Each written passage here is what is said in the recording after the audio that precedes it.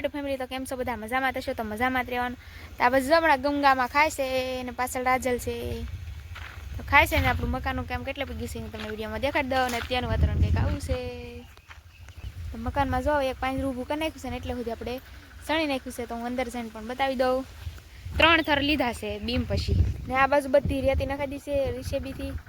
ને આની અંદર આપણે પૂરવાની છે એની પણ રીસેબી આવશે આવી રીતે આપણે કંઈક મકાનનું કામ અહીંયા પડથાર આવી ગઈ છે આ ઓસરી અને ઓલી રૂમો છે 2 રૂમો બનાવી છે ને ઓસરી એટલે જો આપણું મકાનનું કામ પીગું છે અને અહીંયા આવશે રિંગ આવશે ને હવે અંદર હું આવી જોઈ વિડીયોમાં કારણ કે મને ન ખબર હવે જેટલું આ મકાનમાં ખાડો હોય ને એટલો પૂરવાનો છે આપણે આ બધી રેતી મગાવી છે 19 ફેરા આવી જશે ને હજી 1 ફેરો બાકી છે તો ટ્રેક્ટરના 19 ફેરા તો આવી જશે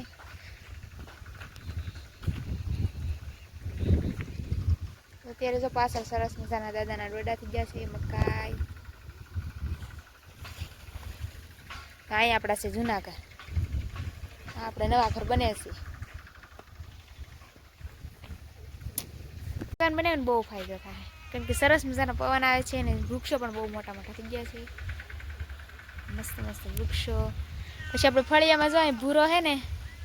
આપણે આ માટી અંદર નાખી દઈશું એટલે અહીંયા આપણે કંઈક નવા ઝાડવા રોપી દઈશું બિલ્લા બેન પણ આવી જજો ધીમે ધીમે અવાજ સંભળાતો જાય ને એમ બિલ્લી બેન ને બધા ભેળા થશે તો અમારે છે ને 3 બિલ્લી છે ને 1 ભૂરો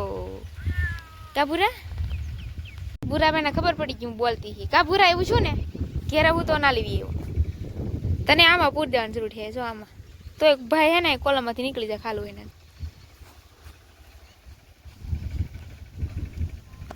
અહીંયા કંઈક ભૂગ્યા હતા તો અત્યારે વાગ્યા છે સાંજના 4 એટલે આપણા ગામડામાં કહે છે કે હાન થઈ ગયું હાનના થઈ ગયું કેમ ભૂરા કરે તો આવી રીતે ભાઈ કામ શરૂ હતું કડિયા જો આજે જ આવેલા હતા એટલે કરી દીધું છે ભૂરાને જલસો છે અહીંયા જ ગમે કા મોટા મોટા ટકરા કરી દીધા ધૂળના એટલે ભાઈને બેહવાની મજા આવે તો આની અંદર જવું હમણાં મુશ્કેલ છે કારણ કે તાજું છે એટલે આના અંદર જવાય નથી તો કાલ માટે આમાં આની અંદર જવાનું થઈ જશે તો ઓશરીમાં કાલ રીસીબી આવી જાય એટલે પુરાણ કરી દેવાનું છે